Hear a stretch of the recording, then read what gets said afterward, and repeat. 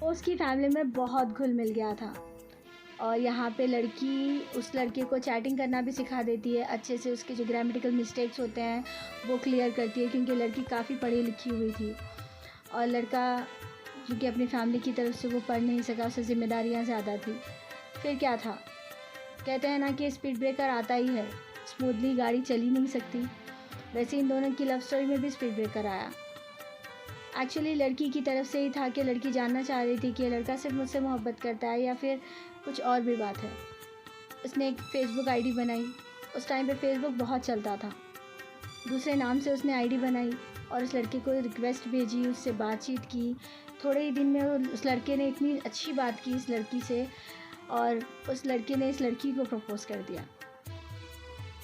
और यहाँ पे ये लड़की के आलम ऐसा था कि जैसे कि इसके जिस्म से रूह निकल गई कि मुझसे मोहब्बत का दावा करने वाला किसी और को प्रपोज़ कर रहा है। ये जान के उस लड़की ने उस लड़के को कॉल किया और कहा कि मुझे पता नहीं क्या हो रहा है, मेरे सीने में दर्द हो रहा है, मुझे बहुत ज़्यादा हैबत हो रही है, मुझे लग रहा है कि तुम मुझे खो दोगे, तुम कहीं चले जा रहे हो। ये सुन के लड़का बहुत डर जाता है। वो सोचता है कि मैंने यहाँ पे किसी लड़की को ऐसे कहा और इसको क्या हो रहा है। वो सडन उस लड़की से माफ़ी मांगने लगता है कि मम्मू मुझे माफ़ कर दे, देख मैंने मस्ती में एक लड़की से ऐसे कह दिया, लेकिन मेरा कोई इंटेंशन नहीं था, मैं उससे मोहब्बत नहीं करता हूँ, कसम से नहीं करता हूँ। वो लड़की ने सामने से मुझे रिक्वेस्ट भेजी, सामने से मुझे मैसेजेस किए, मैं बस मस्ती कर रहा था, उसको सता रहा था, मेरी मोहब्बत सिर्फ तुम है। देखो मैं यहाँ किसी और लड़की के करीब भी जाने की कोशिश कर रहा हूँ मस्ती में भी, तो भी तुम्हें फ़ील हो गया, मैं तुमसे बहुत ज़्यादा माफ़ी चाहता हूँ। यहाँ पे ये कहती है कि अगर ऐसा कुछ है तो ठीक है ना, तुम चले जाओ उसके पास। तब ये बहुत ज़्यादा माफ़ी मांगता है। बहुत टाइम तक दोनों की बातचीत नहीं के बराबर होने लगी। लड़का बहुत बेचैन हो जाता है, कहता है कि मुझसे गलती हो गई, मुझे मजाक में भी किसी और को ऐसे आई लव यू नहीं कहना चाहिए था, क्योंकि ये वर्ड सिर्फ तुम्हारे लिए है और मैं मस्ती में बोल रहा था, मेरा कोई इंटेंशन नहीं था ऐसे। तब होता यूँ है कि लड़की की एक बेस्ट फ्रेंड होती है और उस लड़की की जो बेस्ट फ्रेंड थी उसको ये लड़की सारी बातें बताती है कि देख इसने ऐसे किया, मेरी दूसरी आईडी थी, मैं तो कुछ बोल भी नहीं सकती, इसलिए मैंने आईडी क्लोज़ कर दी। तब उसकी फ्रेंड कहती है कि ठीक है उसका नंबर दे मुझे, मैं बात करूँगी, अगर वो मुझे पटाने के बारे में सोचता है तो इसका मतलब वो हर दूसरी लड़की से ऐसे ही बात करता है, अगर नहीं सोचता तो तेरे इस आईडी की वजह से जो तूने बोला कि मेरी तबीयत ख़राब हो रही है और उसने जल्दी से जो भी था सब कुछ तेरे सामने रख दिया, अगर वो ये चीज़ पे नादिम रहता है तो वो मुझसे बात नहीं करेगा। होता यूँ है कि लड़की बहुत सोचती है और फिर उसका नंबर उस लड़की को अपनी फ्रेंड को दे देती है और वो लड़की उसे कॉल करती है, गलती से कॉल लग गया ऐसे कह के, और फिर चैटिंग में बात स्टार्ट हो जाती है दोनों की SMS पे। और यहाँ पे ये लड़की सब जानती है उस लड़के के बारे में और यहाँ पे लड़का पहली बार इस लड़की को झूठ बोलने लगता है कि मुझे काम है, मैं कुछ देर में बात करता हूँ, मैं थोड़ा सा बिज़ी हूँ। क्योंकि उसे इस लड़की की दोस्त से बात करना था, क्योंकि वो कॉल पे बात करती थी, वो चैट पे बात नहीं करती थी ज़्यादा। और जब भी ये लड़की से फ़ोन करती तो वो लड़का फ़ोन उठा के कहता कि अभी मम्मू थोड़ी देर में फ़ोन करता हूँ, थोड़ा सा बिज़ी हूँ, मुझे ना काम के फ़ोन आ रहे हैं, मैं तेरे को करता हूँ थोड़ी देर में।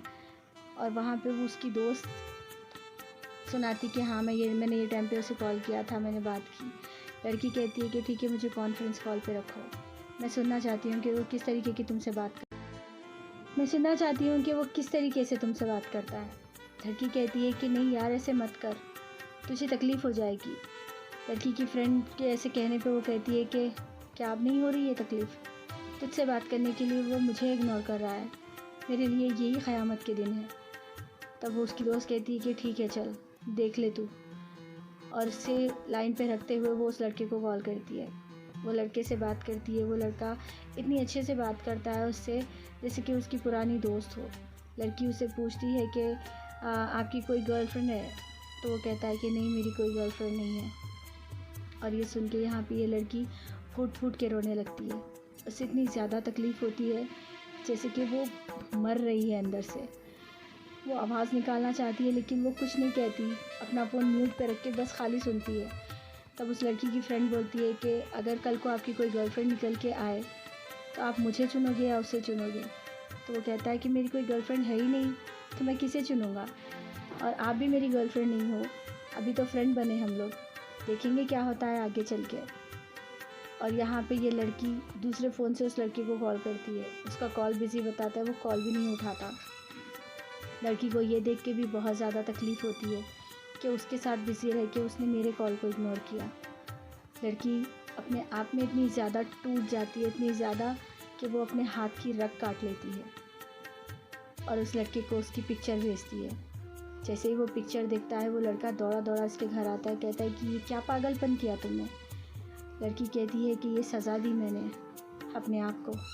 लड़का कहता है कि किस बात की सज़ा दी तुमने, तुमसे प्यार करने की। लड़का बोलता है कि ये क्या कह रही हो, अच्छी सी बात चल रही है ना उससे तुम्हारी। जैसा उस लड़की की दोस्त का नाम वो उसके मुँह